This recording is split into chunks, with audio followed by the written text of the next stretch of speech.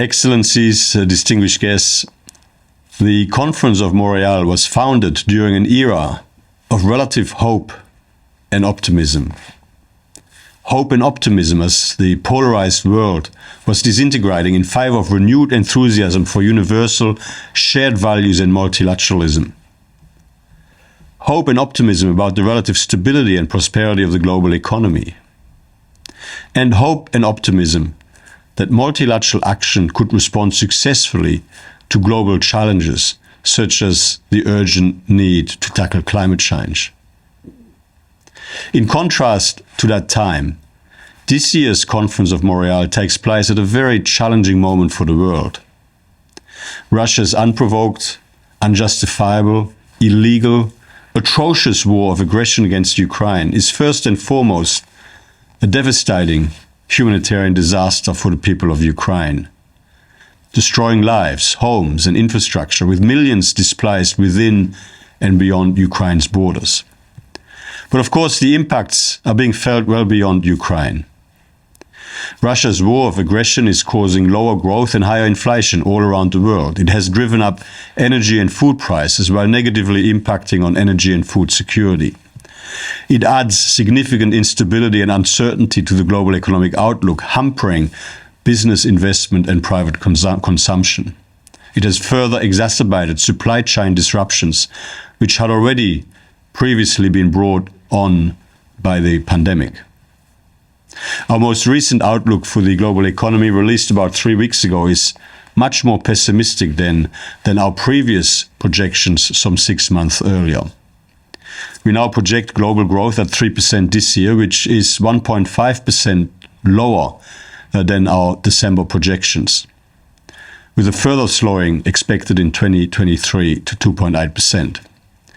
Projections for consumer price inflation have been revised significantly upwards to average 8.8% across the OECD this year, more than double our previous projection.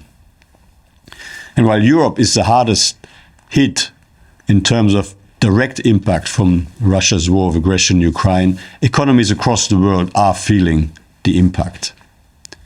Other regions, including the Americas, are being affected by weaker global demand and by the impact of higher prices on household real incomes and spending.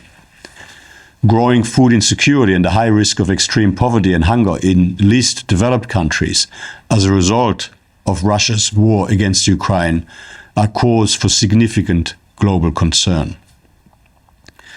Today we stand on the cusp of another critical moment in our shared history. Just as we did at the time of this conference's founding, today our world risks becoming fragmented. At the very moment when we need coordinated, rules-based collaboration, not only must we respond to the double shock of the pandemic and Russia's war in Ukraine, we must continue to address together long-term structural challenges. The urgent and profound global crisis of climate change and biodiversity loss, the need to manage the risks associated with the digital transformation in order to optimize the benefits, the shifting nature of demographics in many of our societies, and the need to shore up global supply chains and reinforce confidence in open markets and a rules-based international trading system. By supporting the exchange of ideas and promoting relations between the Americas and other continents, this conference supports collective efforts to address these challenges. And we at the OECD very much share your commitment. We will continue to work to contribute solutions to the global challenges of our time, by providing evidence-based policy analysis and recommendations, by ensuring that our standards and policies contribute to a global level playing field, by promoting the values of democracy, human rights, the rule of law, and market-based economic principles, by engaging our citizens and by helping to strengthen our democracies and institutions against disinformation. I want to touch on 4 important areas for action in this regard. First, developing coordinated, comprehensive and sound policy frameworks in an increasingly digitalized and globalized world economy. For the OECD, that means setting standards for the digital and green economy. It means designing more effective, efficient and equitable taxation systems, The existing international tax rules allowed large multinationals to earn significant income in market jurisdictions around the world without having to pay any or only very little corporate income tax there. The international tax agreement reached last year is a major multilateral achievement and the most significant update to international tax rules for a very long time. We now must have it implemented.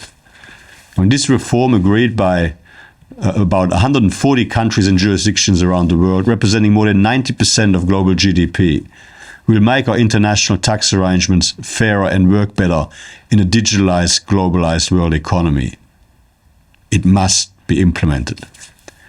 Second, optimizing the benefits of the accelerating digital transformation of our economies while better managing some of the challenges and disruptions associated with it. Both the green and digital transitions will reshape economic activity and the labor market. They risk creating new divides, including gender divides. When new firms will emerge, some will adapt, others will close, which will involve significant labor market churn. It's essential then that governments and other key stakeholders ensure that everyone has the best possible opportunity to participate and benefit from these transitions. We must upskill and reskill workers, provide early, well-targeted employment services, and other supports. The OECD is supporting efforts to adapt employment and skills policies to ensure workers are able to fully grasp the benefits of the digital and green transitions and are equipped to help sustain them. Third point is ensuring well-functioning global markets and a global level playing field with a rules-based trading system in good working order. Global supply chains are facing renewed pressure in the wake of Russia's war against Ukraine and continuing COVID-19 outbreaks in many parts of the world. We need to enhance their diversification, functioning, and resilience. And as G7 leaders acknowledged in their recent statement, diverse, competitive, and dynamic global supply chains not only guard against monopolization and economic vulnerability, but also foster interconnectedness, improved welfare, and shared prosperity. The OECD is contributing to this effort by helping to share insights and best practice on mechanisms for identifying, monitoring, and minimizing vulnerabilities and logistical bottlenecks in advance of shocks. Increased trade diversification is also part of the solution. It strengthens supply chain resilience and the strategic autonomy of countries while pushing back against the forces of economic nationalism and protectionism. Our joint efforts have to ensure that the level playing field is maintained even as we are addressing urgent and important challenges in our economies and the geopolitical environment. We have to be clear that it is only together and in dialogue that we can ensure that everyone plays by the same rules. Such an effort could and should include the role of industrial and agricultural subsidies, the role of state-owned enterprises, and the further development and application of joint principles for sustainable infrastructure needed to manage the green transition. Fourth, ensuring action to help secure global net zero by 2050 in a way that is effective and fair. And the good news is that in the lead up to and since COP26, more and more countries around the world have committed themselves to achieving net zero emissions. The key, though, is to translate increased ambition and commitments into tangible outcomes. And given climate change is a global challenge, we need to ensure that measures to reduce emissions from and within individual jurisdictions help to reduce global emissions and don't just shift activity, jobs, and emissions from one part of the world to others. That is why last month at our Ministerial Council meeting, our members agreed to launch a major new initiative, the Inclusive Forum on Carbon Mitigation Approaches, modeled on the success of the G20 OECD Inclusive Framework on Base Erosion and Profit Shifting. This inclusive dialogue of this forum will help contribute to a globally more coherent and better coordinated approach on climate mitigation policies. And given the global nature of the climate challenge, the success of this project in addressing climate change will rely on the widest possible participation. The OECD will continue to support global cooperation on all these fronts and others, just as I know the Conference of Montreal and the Forum of the Americas will.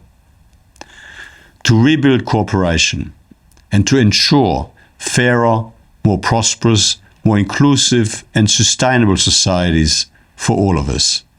Thank you.